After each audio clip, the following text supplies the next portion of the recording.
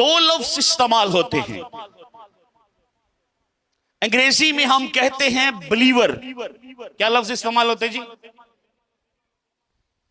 Believer का मतलब है हर वो बात जो खुदावंद के कलाम में लिखी है और जो उसके मुंह से निकली है उस पर यकीन करे, भरोसा करे, ईमान रखे। इसको हम बिलीवर कहते हैं।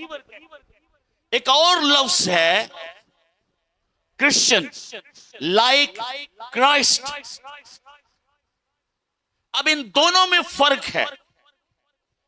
फर्क क्या है कि अगर कोई शख्स ये कहता है कि मैं क्रिश्चियन हूं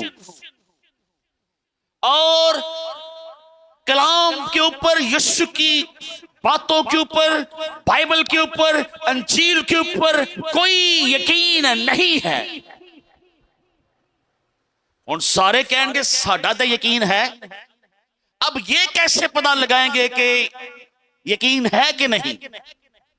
अगर तो कोई उसके कलाम पर अमल करता है तो इससे हम अंदाजा लगाएंगे कि ये शख्स ईमानदार है।